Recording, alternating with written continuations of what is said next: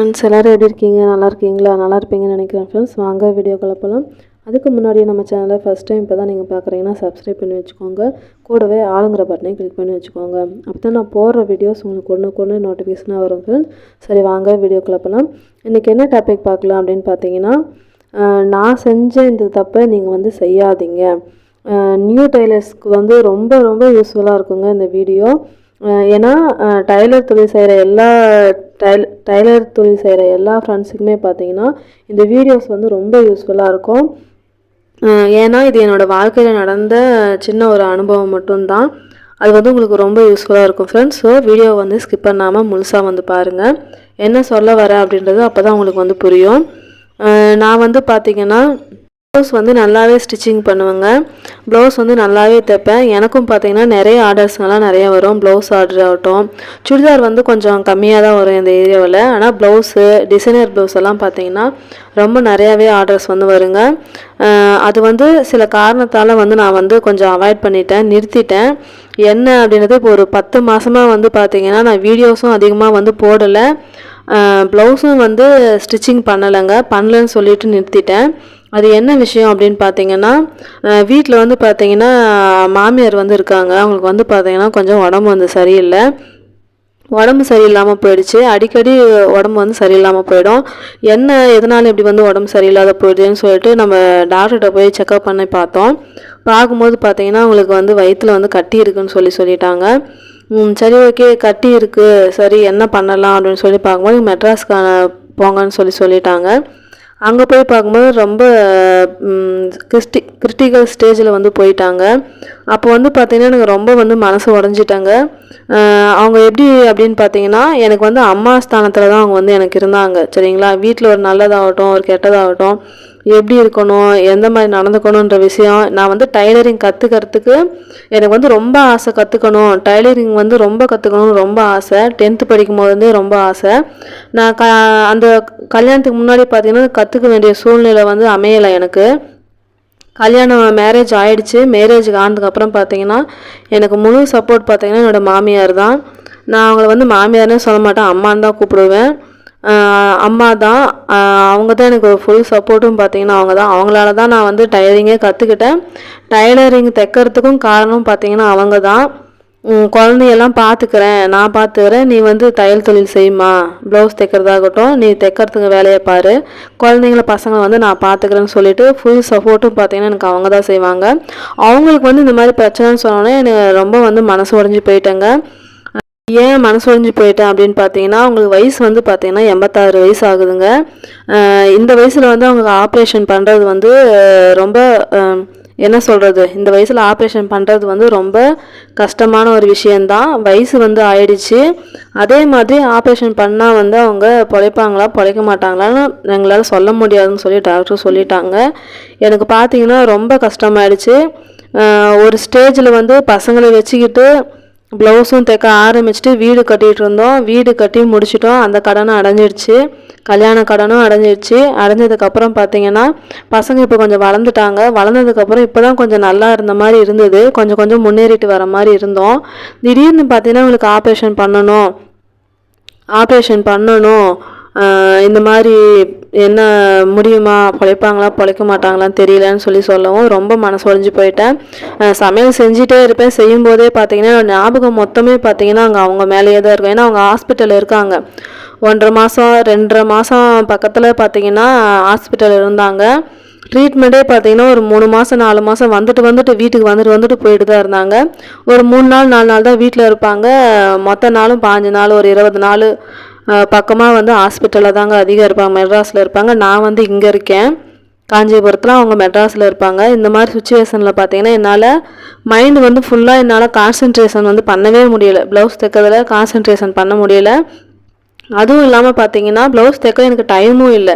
ஏன்னா அவங்கள பார்த்துக்கணும், குழந்தைங்க வீட்டில் இருக்காங்க, இவங்களையும் பார்த்துட்டு ஸ்கூலுக்கு அனுப்பிட்டு நான் வீட்டு வேலையும் செய்யணும். மீதி டைமில் நான் ரெஸ்ட் எடுக்கணும். அதுக்கு மேலே அவங்க அம்மா பார்த்தீங்கன்னா அவங்க மெட்ராஸில் இருக்காங்க. அவங்கள ஹஸ்பண்ட் பார்த்துக்கிறாங்க. அதனால் பிரச்சனை ஒன்றும் இல்லை. இருந்தாலும் பார்த்தீங்கன்னா என்னால் ப்ளவுஸ் தைக்க மைண்டு ஃபுல்லாக அதில் ஒத்துழைப்பு கொடுக்கவே இல்லை. அவங்களுக்கு சாப்பாடு செஞ்சு கொடுத்து அனுப்புறதுலேருந்து நான் செஞ்சிகிட்டு இருந்தேன். பசங்களையும் ஸ்கூலுக்கு அனுப்பிட்டு இருந்தேன். அதனால் என்னால் ஃபுல் மைண்டு வந்து அதில் கான்சன்ட்ரேஷன் பண்ண முடியல. இன்னொரு சூழ்நிலை ப்ளவுஸ் தைக்காததுக்கு காரணமும் பார்த்திங்கன்னா இன்னொரு சூழ்நிலை, வீடு வந்து கட்டிகிட்டு இருந்தேங்க. நாங்கள் இருக்கிற வீட்டிலையே, சொந்த வீடு தான் நாங்கள் இருக்கிறது, இருக்கிற வீட்டிலையே பார்த்திங்கன்னா மேலே மாடி மேலே வந்து வீடு கட்ட ஆரம்பிச்சிட்டோம். ஆரம்பித்து ஒரு 15 நாள் தான் இருக்கும், 10 நாள் இல்லை 15 நாள் தான் கரெக்டாக இருக்கும். 15 நாளே உங்களுக்கு பார்த்திங்கன்னா திடீர்னு உடம்பு சரியில்லை, என்னென்னு போய் பார்க்கும்போது கட்டியிருக்கு, ஆப்ரேஷன் பண்ணணும்னு சொல்லிட்டாங்க. நாங்கள் வீடு கட்ட ஆரம்பிச்சிட்டோம். ஆனால் இவங்களுக்கு பார்த்திங்கன்னா உடம்பு சரியில்லை. இவங்க உடம்பு சரியில்லாததுக்கும் நான் வந்து பைசா செலவு பண்ணணும். வீடு கட்டுற ஆரம்பிச்சிட்டோம், அதுக்கும் பைசா மொத்தம் மண் வந்து இறங்குறதாகட்டும், கல் வந்து இறங்குறதாகட்டும், செங்கல்லேருந்து சிமெண்ட்லேருந்து எல்லாமே வாங்கிட்டு வந்து போட்டுட்டோம். இதுக்கு மேலே நாங்கள் வீடு கட்ட வேண்டியதாக இருந்தால் கடன் வாங்கி தான் கட்ட வேண்டியதாக இருக்கும். வீடு வந்து பாதியிலே நிற்கிது. நாங்கள் இவங்களுக்கு வந்து ப்ளவுஸ் தைக்கிறதா இல்லை பசங்களை ஸ்கூலுக்கு அனுப்புகிறதா, இவங்க ஹாஸ்பிட்டல் அங்கே தனியாக இருக்காங்க அவங்கள பார்த்துக்கிறதா, வீடு பாதியிலே நிற்கிது. இது கட்டுறதுக்காவது என் ஹஸ்பண்டும் வேணும், நானும் இங்கே இருக்கணும். என்ன பண்ணுறதுன்ட்டு ஒன்றும் புரியலைங்க. அதனால் ப்ளவுஸ் தைக்கிறத வந்து நான் நிறுத்திட்டேன். இந்த மாதிரி சுச்சுவேஷனில் இருக்கும்போது நம்ம என்ன பண்ண முடியும் சொல்லுங்கள் பார்க்கலாம். ப்ளவுஸ் தைக்கிறதையும் நான் நிறுத்திட்டேன். இவங்க வீட்டு வேலை செய்கிறவங்களுக்கும் பார்த்திங்கன்னா நான் தான் வந்து டீ வச்சு கொடுக்குறதாகட்டும், தண்ணி கொண்டு வந்து கொடுக்குறதாகட்டும், தண்ணி வந்து வீடு கட்டுறதுக்கு தண்ணி வேணும், அதுக்கும் செய்கிறதாகட்டும் எல்லாமே நான் தான் செஞ்சிட்ருந்தேன். அதனால் நான் வந்து ப்ளவுஸ் தைக்கிறதும் நிறுத்திட்டேன். என்னால் தைக்கவும் முடியல. அதுக்கே ஒரு சில கஸ்டமர் வந்து பார்த்திங்கன்னா இல்லை நீங்கள் தான் ஸ்டிச்சிங் பண்ணணும், முடியாதுன்னு சொல்லாதீங்க, கொஞ்சம் கொஞ்சமாக வேணால் நீங்கள் கொடுங்க, ஒரு மாதம் 2 மாதம் ஆனாலும் பரவாயில்ல, பொறுமையாக ஆனாலும் நீங்களே தைச்சி கொடுங்கன்னு சொல்லிட்டாங்க. சரின்னு சொல்லிட்டு வீட்டு பக்கத்தில் இருக்கிற ஒரு 4-5 கஸ்டமர், அந்த மாதிரி சொல்கிற கஸ்டமருக்கு மட்டும் கொஞ்சம் வாங்கி வச்சுட்டேன். சும்மா இருக்கும்போது கொஞ்சம் தைச்சி கொடுக்கலான்னு சொல்லிட்டு நைட் டைமில் நான் வந்து ஸ்டிச்சிங் போட்டு கொடுத்துட்டு இருந்தேன். 1 மாதம் 2 மாதம் பக்கத்தில் போயிடுச்சுங்க. போனதுக்கப்புறம் பார்த்தீங்கன்னா அவங்க ஆப்ரேஷன் பண்ணிவிட்டு நாங்கள் வீட்டுக்கு கூட்டிகிட்டு வந்துட்டோம். நல்லபடியாக வீட்டில் வந்து சேர்ந்துட்டாங்க. ரொம்ப கடவுள் புண்ணியத்தில், எத்தனையோ கடவுள் வந்து நான் வேண்டுதல் வச்சுருந்தேன், கடவுள் புண்ணியத்தில் நல்லபடியாக வீட்டுக்கு வந்து சேர்ந்துட்டாங்க. 2 மாதம் கழிச்சு திரும்பவும் வந்து வீட்டு வேலை எல்லாத்தையும் ஆரம்பிச்சிட்ருக்கோம். ஆரம்பிக்கும் போது பார்த்தீங்கன்னா சுத்தமாக வீட்டில் வந்து வீடு கட்டுறதுக்கும் பாதி பணம் வந்து ஃபுல்லாக காலி ஆகிடுச்சு, ஹாஸ்பிட்டல் செலவுக்கும் காலி ஆகிடுச்சு. சுத்தமாக கையில் வந்து பணம் வந்து இல்லைங்க.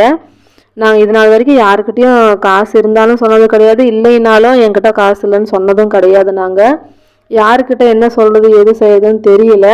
இந்த மாதிரி சுச்சுவேஷன் இருக்கும்போது நான் வந்து வீட்டு செலவுக்கே பார்த்தீங்கன்னா காசு இல்லை. நான் வந்து வீட்டில் வந்து ப்ளவுஸ் தைக்கிறேன் பார்த்தீங்களா, அந்த ப்ளவுஸ் தைக்கிற பைசா தான் வந்து வீட்டு செலவுக்கு நான் வந்து ஒதுக்கிட்டு இருந்தேன். அதாவது வீட்டு செலவுக்கு வச்சிட்டு இருந்தேன். பசங்களுக்கு ஸ்நாக்ஸ் வாங்கி கொடுக்குறதாகட்டும், பால் வாங்குறது செலவாகட்டும், காய்கறி வாங்குறது, இந்த மாதிரி சின்ன சின்ன வேலை, சின்ன சின்ன இது செலவுக்கெல்லாம் நான் தான். ஹஸ்பண்டை வந்து எதுக்கும் எதிர்பார்க்க மாட்டாங்க. அவர் வந்து பெரிய பெரிய செலவெல்லாம் அவர் பார்த்துப்பாரு. மற்றபடி என்னோடய செலவு வந்து அத்தியாவசிய செலவுக்கு வந்து நான் அவரை எதுக்கும் எதிர்பார்க்கவே மாட்டேன். நான் சம்பாதிக்கிற பணத்தில் வச்சு தான் நான் வந்து செலவு பண்ணிகிட்டு இருந்தேன். இந்த மாதிரி இருக்கும்போது பார்த்திங்கன்னா கையில் வந்து சுத்தமாக காசு இல்லை. அப்போ தான் நான் வந்து நினச்சேன், நம்ம டைலரிங் விட்டது வந்து ரொம்ப தப்போ, அப்படின்னு சொல்லி நான் அப்போ தாங்க நினச்சேன். ஏன்னா நிறைய கஷ்டம், நிறைய சூழ்நிலைலாம் எனக்கு வந்து யூஸ்ஃபுல்லாக இருந்தது. இந்த டைலரிங்கு கற்றுக்கிட்டனால தான், ப்ளவுஸ் தைச்சி தான் நான் ரொம்ப யூஸ்ஃபுல்லாக இருந்தது. அந்த பைசா வச்சு தான் நிறைய நாட்களில் வந்து நான் பசங்களுக்கு பால் வாங்கி கொடுக்குறதுலேருந்து எல்லாமே அதில் தான் நான் செஞ்சிட்டு இருந்தேன். நாம் ஏன் அப்போ வந்து டைலர் தொழிலை வந்து விட்டோம் அப்படின்ட்டு நான் அப்போ தான் நான் உணர்ந்தேன். எப்போ 10 மாதத்துக்கு முன்னாடி வந்து நான் விட்டுட்டோன்ட்டு எனக்கு அந்த வருத்தம் தெரியல.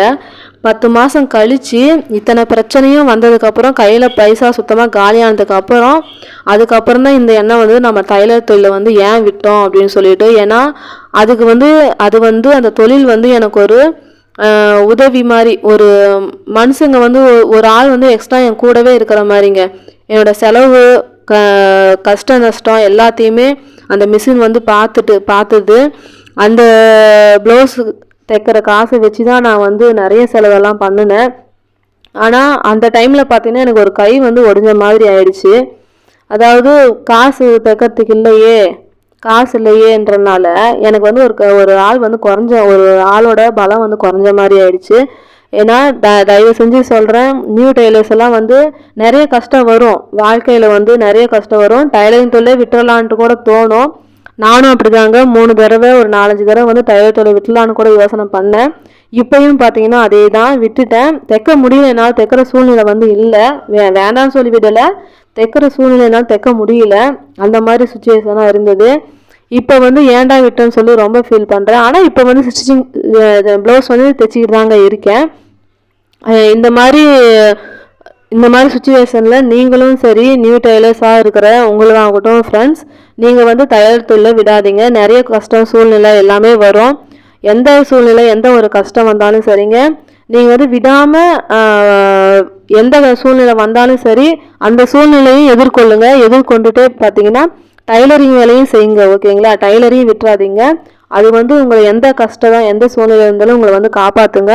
மேலே கொண்டுட்டு வந்து உங்களை விட்டுடும். ஓகேங்களா? தூக்கி விடும் உங்களை. நிறைய பெண்களுக்குன்னு எடுத்துக்கிட்டிங்கன்னா பண ரீதியாகவும் சரிங்க, மனசளவிலையும் சரி, உடல் ரீதியாகவும் சரி, இந்த டைலர் தொழில் தான் நிறைய பேர்த்த வந்து பெண்களை வந்து காப்பாற்றிட்டு இருக்கு. சரிங்களா? வீட்டிலே இருந்து சம்பாதிச்ச மாதிரியும் ஆச்சு. நிறைய தொழிலை பெண்களை வந்து காப்பாற்றிட்டு இருக்கு. அதனால தயவு செஞ்சு நியூ டெய்லர்ஸ் யாரும் இந்த தொழிலை வந்து விட்டுறாதீங்க. நான் பண்ண இந்த தப்பை வந்து நீங்கள் செய்யாதீங்க. சரிங்களா? இந்த வீடியோ உங்களுக்கு பிடிச்சிருக்குன்னு நினைக்கிறேன் ஃப்ரெண்ட்ஸ். நான் பட்ட அனுபவத்துலேருந்து தான் உங்களுக்கு நான் சொல்லி கொடுத்துருக்கேன். இந்த வீடியோ பிடிச்சிருந்தா ஒரே ஒரு லைக் கொடுங்க, உங்கள் ஃப்ரெண்ட்ஸுக்கு ஷேர் பண்ணுங்கள் ஃப்ரெண்ட்ஸ். Bye friends.